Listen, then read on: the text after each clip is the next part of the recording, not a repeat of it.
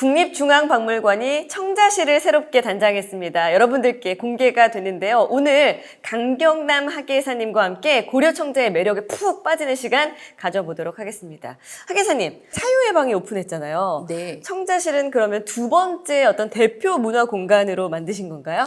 네, 많은 분들께서 우리 박물관, 그다음에 우리나라 문화재 중에서 대표 문화재로 알려져 있는 고려청자의 아름다움을 충분히 감상하실 수 있도록 새롭게 조성했습니다. 아무래도 이제 고려청자 하면은 그 색이 가장 아름답거든요. 네. 그래서 고려청자의 아름다운 색과 그다음에 조형성, 예술성, 기술성 등을 집중적으로 보여드리기 위해서 노력했습니다. 그렇다면 사실 국립중앙박물관 하면 청자가 또 유명하잖아요. 네. 청자 하면 국립박물관이기도 한데 몇 점의 작품들이 이번에 공개가 된 건가요? 네, 이번 전시회는 저희가 국보 12점, 보물 12점을 포함해서 총 250여 점의 고려청자가 여러분들을 기다리고 있습니다. 네.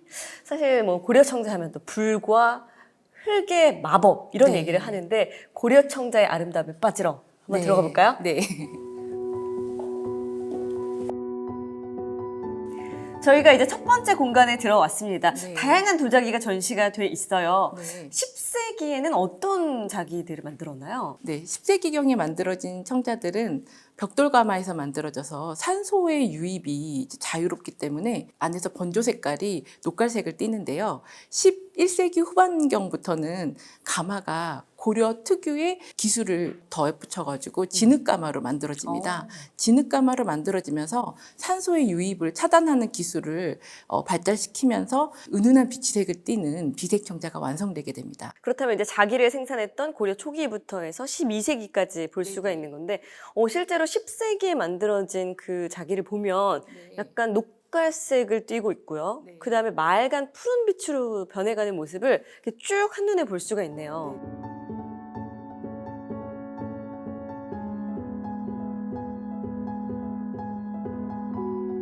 청자 음각 용문이 매병이라고 써 있어요. 네. 어떤 청자인가요? 네, 왕실에서 의뢰용으로 썼던 작품으로 추정이 됩니다. 네. 전라남도 강진 사당리를 발굴 조사를 국립중앙박물관에서 1960년대부터 했는데요. 그때 11조각으로 파편이 나와서 저희가 그걸 수습해서 저렇게 붙여서 최대한 그 원형을 알아볼 수 있게끔 해서 전시를 했습니다. 네. 용문이라고 하면 왕실에서 썼다는 걸 네, 우리가 네. 알 수 있는데요. 네, 아무래도 그 왕의 위엄을 상징하는 무늬여서 왕실에서는 그러한 무늬를 다른 사람이 쓸 수 없도록 법령으로 지정을 해서 금지를 하기도 했습니다. 네. 그럼 굉장히 중요한 작품인 것 같은데 모양이 완형이 아니에요. 네, 완형은 아니지만 그만한 충분한 가치가 있다고 생각해서 저희가 전시를 했습니다. 여기 보시면은 아주 은은한 비색의 유약에 늠름한 그 고려의 용이 멋지게 장식이 돼 있어서 많은 분들이 보시면 고려의 용이 어떤 용이었다라는 것을 확인해 보실 수 있습니다. 네. 뭐 부서지지 않고 완전한 모양을 갖추어서 지금까지 보존이 됐더라면 충분히 국보로서의 가치도 있었겠네요. 네, 지금 현재 전하는 예가 거의 없어서요. 지금 말씀하신 것처럼 아마도 완형의 예가 전하고 있다면은 고려의 용과 은은한 비색의 아름다움에 굉장히 그 가치를 인정받아서 국보로 지정되지 않았을까 생각이 됩니다. 자, 이 공간에는 다양한 작품들이 전시가 되어 있습니다. 이 중간에 가장 눈에 띄는 작품이 있습니다. 바로 너무나도 유명한 국보죠. 네. 청자 참외 모양 병인데요. 어떤 작품인가요? 네, 지금 여기서 보시는 고려청자를 비롯해서 다양한 공예품들은요, 고려의 17대 임금이었던 인종의 장릉에서 출토되었다고 전하고 있습니다. 네. 인종은 1122년에 이제 왕위에 오른 왕인데요. 인종의 장릉에서 출토된 청자와 다양한 공예품들은 당시에 왕릉에 어떠한 부장품들이 있었는지 저희에게 보여주는 굉장히 중요한 자료로 평가받고 있습니다. 네. 이 작품을 보면 중간에 이 몸통 부분은 우리가 흔히 볼 수 있는 참외 모양을 띠고 있고요. 입구 부분에는 저기 꽃잎을 본뜬 건가요? 맞습니다. 네.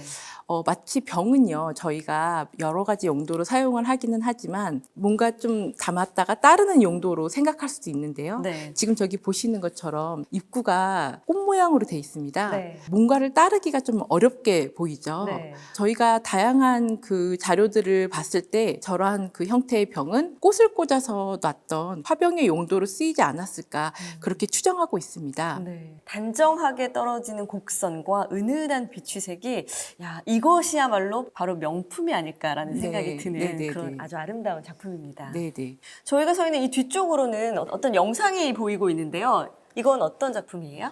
네, 이번에 저희가 준비한 영상은 고려 청자의 비색의 아름다움을 충분히 감상하실 수 있도록 박물관 소장품들을 1억 화소로 모두 촬영을 해서 네. 그 중에서도 굉장히 그 아름다운 부분들, 그 빛의 산란을 일으키면서 보통 비색이 띈다고 하거든요. 네. 그래서 그러한 그 기포의 모습들을 충분하게 감상하실 수 있도록 영상을 만들었습니다.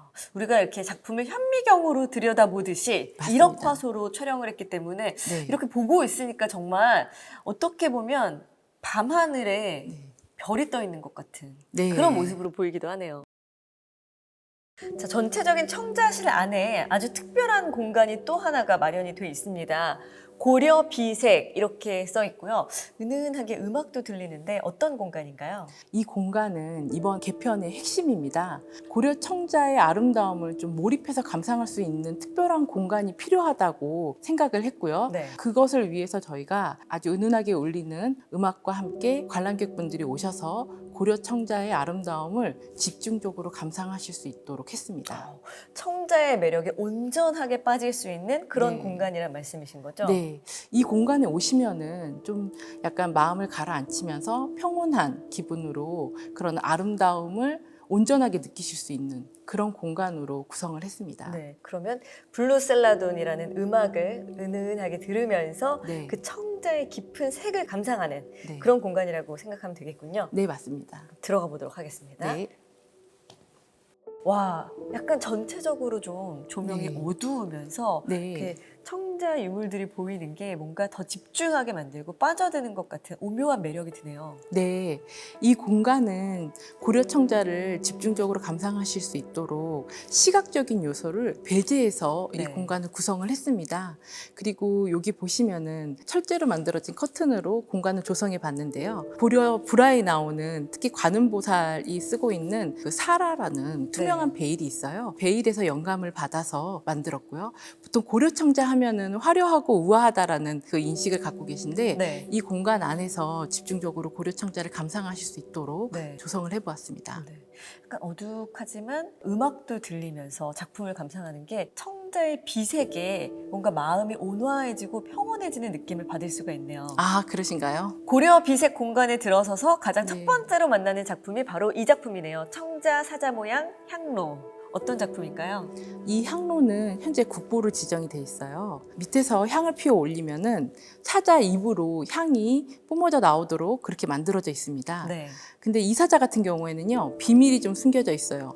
비밀이요? 네, 입에서만 향이 나오는 게 아니고요. 네. 사자를 옆으로 만들어지면서 네. 발바닥에 구멍이 하나 만들어져 있습니다. 어. 그래서 그 구멍으로도 아마 향을 피웠으면은 향이 올라왔을 거예요. 네. 그래서 향 연기가 사자를 감싸면서 굉장히 그 신비롭게 향이 피어오르는 광경을 당시 고려시대 사람들이 볼 수 있지 않았을까 생각을 합니다. 네. 1123년에 고려에 왔던 송나라 사신 서긍이 지은 고려도경이라는 책에요. 이 사자 향로에 대해서 언급한 부분이 있습니다. 오, 네.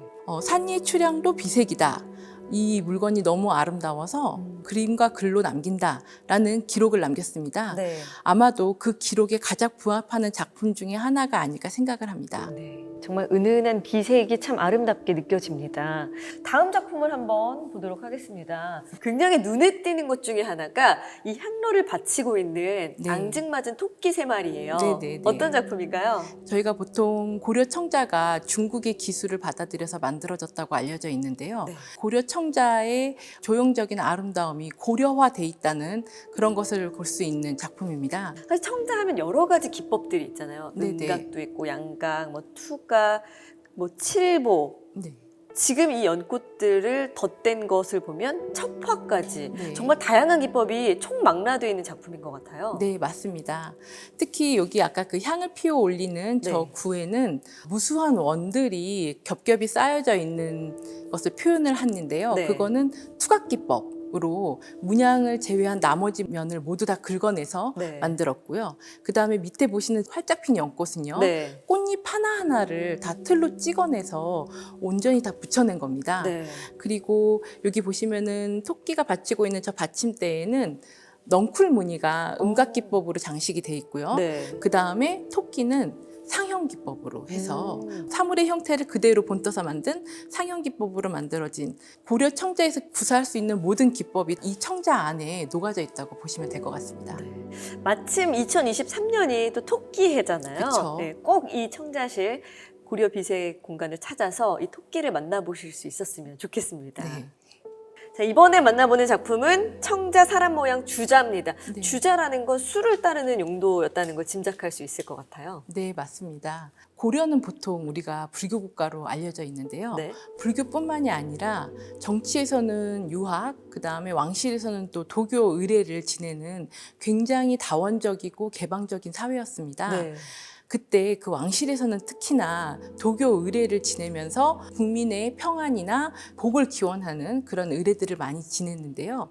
그때 그 도교 의례를 지냈던 도사의 복장이거나 또는 그 도교에서 가장 큰 신으로 여기는 곤륜산에 사는 서왕모의 모습을 따라서 만든 것이 아닐까 그렇게 추정을 하고 있습니다. 네. 서왕모가 사는 곤륜산에는 복숭아 나무가 있는데요. 거기에 열리는 복숭아를 따먹으면 3,000년을 산다고 합니다. 그래서 아마도 그런 장수를 기원하는 의미에서 이러한 그 주자의 복숭아가 장식된 것이 아닌가 생각이 되어집니다. 그렇군요. 야, 그러면 여기에 담아져 있는 수를 이렇게 따르는 것만으로도 맞습니다. 어떤 건강과 장수를 기원하는 어떤 축원의 의미를 담고 있다고 볼 수 있겠네요. 네. 고려 비색 공간을 지나오니까 다양한 자기들이 전시가 돼 있습니다. 근데 눈에 띄는 건 바로 이 작품이에요. 사실 우리가 고려하면 청자가 제일 먼저 떠오르는데 얘는 백자 상감 모란 버들 갈대무늬 매병이라고 적혀 있거든요. 네, 네, 맞습니다. 고려 시대 하면 보통 우리가 청자를 떠올리기 쉬운데요. 고려 사람들은 청자와 백자를 같은 가마에서 굽기도 했고요. 네. 그 다음에 백자뿐만이 아니라 철유자, 흑유자 이런 그 다양한 자기들을 사용해서 굉장히 그 풍요로운 도자 문화를 누리기도 했습니다. 네. 사실 우리가 또 고려 청자의 그 모습하면 약간 넓은 어깨와 가느다란 허리 이런 것들을 떠올릴 수 있는데 네. 그 곡선 자체도 조금 다르다는 느낌이 들고요. 저는 궁금한 게 이 매병이라는 거는 뭘 담았던 걸까요? 네. 예전에는 매병의 용도에 대해서 굉장히 정확한 자료가 남아있지 않아서 네. 굉장히 궁금해 하시는 분들이 많았는데요. 네. 최근에 서해안에 있는 그 해저 유적에서 매병이 2점 출토가 됐습니다. 네. 거기에는 요즘으로 따지자면 택배 송장 같은 오. 그러한 그 대나무로 만든 물표가 나왔는데요. 네. 그 물표에 참기름과 꿀을 담았다는 그러한 그 내용이 담겨 있었습니다. 아, 참기름이랑 꿀 하면 그 당시에는 굉장히 귀한 재료였을 텐데 네네네. 이런 매병에다가 네. 지금 이렇게 영상이 준비가 되어 있습니다. 상감청자 살펴보기라고 써 있네요. 네, 저희가 상감청자를 어떻게 기법을 구현하는지 이렇게 영상으로 준비를 해서 보여드리고 있습니다. 이렇게 먼저 무늬를 그리고 네, 그다음에 파고 보통 흰 흙을 바르고요. 그 다음에 기면을 다 긁어낸 다음에 자토라고 해서 붉은색 흙을 또 감입을 합니다. 그 다음에 이제 초벌 굽고 그 다음 다시 유약 씌워서 재벌 구우면은 네. 상감청자가 되는 겁니다. 야, 그냥 상감청자 배우기만 했고 네. 이렇게 박물관에서 보기만 했는데 굉장히 여러 단계를 거쳐서 제작되는 까다로운 작품이었군요. 네, 그만큼 여러 공정을 거치는 만큼 상감청자는 고급 청자에 속하는 기법이라고 말씀드릴 수 있습니다. 네, 이렇게 직접 어떻게 만드는지 우리가 과정을 글로만 배웠는데 네. 눈으로 볼 수 있으니까 더 좋네요. 네. 상감청자가 어떤 과정을 거쳐서 만들어지는지 영상으로 배워봤는데요.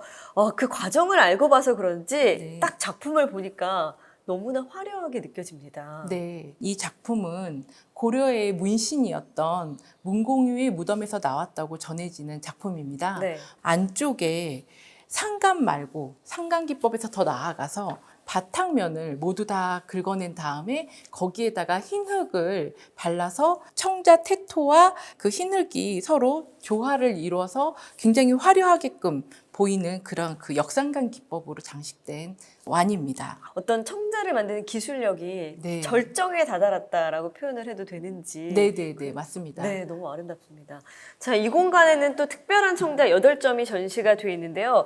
이 길다랗게 생긴 이 작품도 청자인가요? 네, 언뜻 보시면은 황갈색을 띄어서 황자처럼 보이신다는 분들도 많으신데요. 네. 이 작품도 청자가 맞습니다. 자, 그러면 이것도 청자라고 말씀을 해주셨는데 얘네 왜 색깔이 조금 다를까요? 네, 이 작품 같은 경우에는 가마 안에서 구워질 때 산소가 많이 들어가서 지금 현재 보시는 것처럼 녹갈색을 띠게 된 겁니다. 네. 근데 여기 밑에 자세하게 보시면은 청자의 색깔이 은은하게 배어 나오는 것을 보실 수 있어요. 네. 그리고 이 작품은 지금 현재 국보로 지정이 돼 있는데요. 여기 보시면은 앞뒷면에 버드나무 무늬가 네. 산화철 안료로 굉장히 멋들어지게 그려져 있어요. 네. 붓을 가지고 한 번에 그어내린 버드나무 무늬가 현대적인 감각으로 그려져 있는 작품입니다. 자, 그러면 청자를 만들 때 가마에서 산소의 유입에 따라서 어떻게 빛깔이 변하는지 굉장히 과학적이라는 생각까지도 드네요. 네, 맞습니다. 자, 지금 저기 보이는 작품은 주자처럼 보이는데 어떤 작품인가요? 저 작품은 술이나 차를 따랐던 그런 그 용도의 주자예요. 네. 오랜 세월을 지나오면서 주자의 뚜껑이라든지 아니면 받치고 있는 승방 같은 경우 많이 잃어버리게 되는데요. 네. 지금 저 작품은 모두 다 한꺼번에 남아있는 굉장히 그 드문 예에 속합니다. 네. 그리고 저기에 장식되어 있는 문양을 보시면요. 네. 포도 넝쿨 무늬가 굉장히 그릇 가득 상감기법으로 장식이 되어 있는데요. 네. 그 포도 넝쿨 무늬를 사이사이에서 뛰어놀고 있는 아이들의 모습이 굉장히 그 천진하게 장식이 되어 있습니다. 저 작품에서 또 저희가 주의 깊게 봐야 될 부분이요. 지금 보시면은 구리 안료로 굉장히 그 포도송이의 그 녹익은 포도 모습을 네. 잘 표현을 하고 있는데요. 네. 당시에 12세기, 13세기에 그 전 세계적으로 구리 안료를 사용할 수 있었던 거는 고려 장인들이 유일했습니다. 아, 그럼 세계 최초라는 말씀이시네요? 네, 맞습니다. 이 공간에 전시된 작품들은 모두 다 완형이 아니네요. 네, 이 공간에 전시된 작품들은요, 전라북도 부안 유천리 가마터에서 나온 청자 파편들입니다. 네. 지금 현재는 전하는 예가 없고 오직 유일하게 파편으로만 전하는 작품들이어서 저희가 이번에 보실 수 있도록 전시를 했습니다. 네. 특히 이런 그 고려 청자에 담겨 있는 고려인들의 어떤 서정적인 자연관, 자연을 동경하고 자연과 함께 더불어 살아나고자 했던 그런 마음을 전시 연출상에서 서정미가 돋보이는 영상과 이끼를 연출해서 네. 관람객분들이 이해하기 쉽도록 그렇게 저희가 연출을 했습니다. 네. 꽃이나 학의 모습도 보이고 두꺼비의 모습도 보이고 자연과 함께 살고자 했던 어떤 고려인들의 그 의지, 네. 욕망이 담겨 있는 작품들이네요. 네, 맞습니다.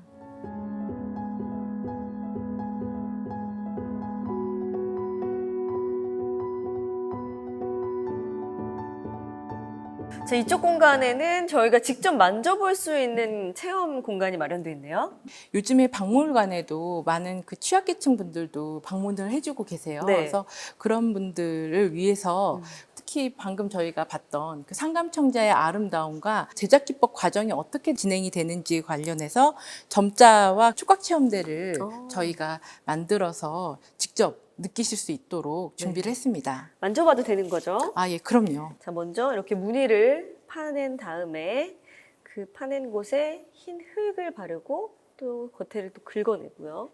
그 다음에는 붉은 흙을 다시 바르고 마지막으로 유약을 발라서 구워내면 상감청자의 모습이 되는데 야, 그 과정이 정말 간단하지가 않습니다.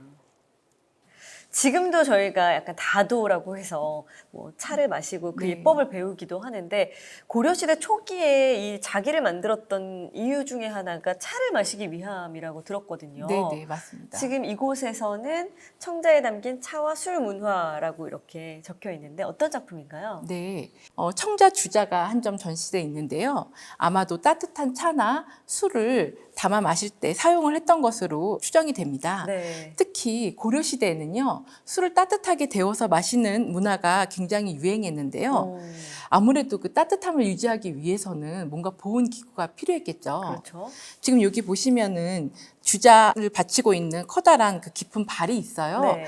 그 발에 주자를 저렇게 놓고서는 어. 팔팔 끓는 뜨거운 물을 저기에다가 부으면은 아무래도 따뜻한 차나 술을 보온을 유지하는데 쉬웠을 것 같습니다. 네. 그렇게 보면 또 고려인들이 차와 술을 즐기는 풍류를 즐기는 민족이었구나라는 생각이 또 들기도 합니다. 네. 저희가 청자시를 쭉 둘러보면서 청자의 탄생부터 정말 절정기의 그 비색 네. 그리고 다양한 작품들을 만나봤고 이제 술과 차문화까지 한번 네. 쭉 살펴봤는데요. 여기에 전시된 이 작품들을 보니까 우리가 그 청자 비색 절정기의 아름다운 색깔보다는 살짝 달라졌네요. 네, 맞습니다. 지금 청자에서 가장 그 절정기의 비색과 그다음에 상감청자의 은은한 유색에 비해서 지금 여기 보시는 작품들은 약간 색깔도 많이 노란색도 많이 보이고요. 네. 그다음에 그릇의 두께도 굉장히 두꺼워지는 투박해졌어요. 네, 맞습니다. 네. 그런 모습들이 보이고 있는데요.